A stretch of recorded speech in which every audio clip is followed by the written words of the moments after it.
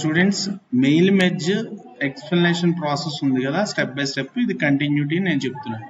So ఇది మనం save the document అని చేసాం కదా, సేవ్ ద డాక్యుమెంట్ లెటర్స్ అని టైప్ చేసాం కదా, అది డాక్యుమెంట్స్ లోకి వెళ్ళి సేవ్ అయింది లెటర్స్. ఇలా లెటర్స్ క్లిక్ చేయగానే పీడిఎఫ్ ఫార్మాట్ లో ఇలా అవుతుంది. చూడండి సేమ్ ఒక పేజ్ ఈ లెటర్ దీనికి, సో సెకండ్ పేజ్ ఇది ఇంకో లెటర్, సేమ్ కంటెంట్ ముగ్గురికి వెళ్తుంది ఇలాగా.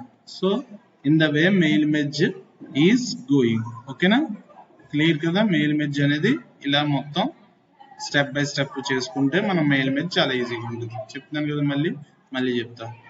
ఓకేనా, మళ్ళీ ఎక్స్ప్లెయిన్ చేస్తాను. మెయిల్ మెర్జ్ అనేది ఇంత డీప్ గా ఎక్స్ప్లెయిన్ చేయడానికి కారణం చాలా వర్డ్ లో చాలా ఇంపార్టెంట్. మెయిలింగ్ లోకి వెళ్ళినప్పుడు మనం స్టార్ట్ మెయిల్ మెర్జ్ అని క్లిక్ చేసుకుని లెటర్ అని టైప్ చేసుకుని తర్వాత స్టెప్ బై స్టెప్ విజార్డ్ ఇక్కడ ఉంది కదా, ఇది క్లిక్ చేస్తాం. ఇది క్లిక్ చేస్తే ఫస్ట్ మనకి స్టెప్ 1 కాడి నుంచి ఉంటుంది. ఇక్కడ letters, email ID, email messages, ఇలాగ ఎన్వలప్స్ అలాంటివి ఏమన్నా ఉంటే మనం పెట్టుకోవచ్చు. సో స్టార్ట్ డాక్యుమెంట్ అని పెట్టుకుని using the content existing document అని పెట్టుకుని సెలెక్ట్ రిసిపియంట్స్ అని పెట్టుకుని ఆల్రెడీ కొత్తగా కావాలంటే టైప్ చేస్తాము. ఇలాగా క్రియేట్ అంటాము, ఇలా టైప్ చేసుకుంటూ వెళ్తాము. ఎంతమంది అడ్రస్ ఉంటే అంతమంది అడ్రస్లు ఇచ్చుకోవచ్చు. If you have 100 address type it. అలా కాకుండా ఆల్రెడీ సెలెక్ట్ ఎగ్జిస్టింగ్ చేస్తే ఇప్పుడు నేను ఆల్రెడీ ఎగ్జిస్టింగ్ చేసిన దాంట్లో ఇలా ఓపెన్ చేసి నేను చేశాను, ఎగ్జిస్టింగ్ చేసి చూపించాను.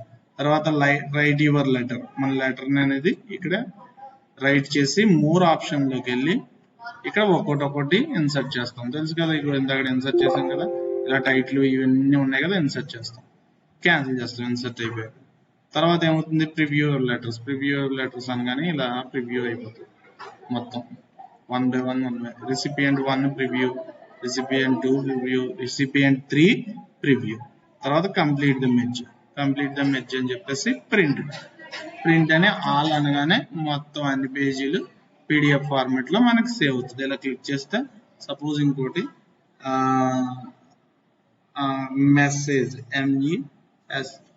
మెసేజ్ అనేది నేను అందరికీ పెడుతుంటే ఆ మెసేజ్ అనేది సేవ్ చేయగానే ఇది సేవ్ అయిపోతుంది. సేవ్ అయ్యి మనకి ఎక్కడ ఉంటుందని డాక్యుమెంట్స్ లో ఉంటుంది.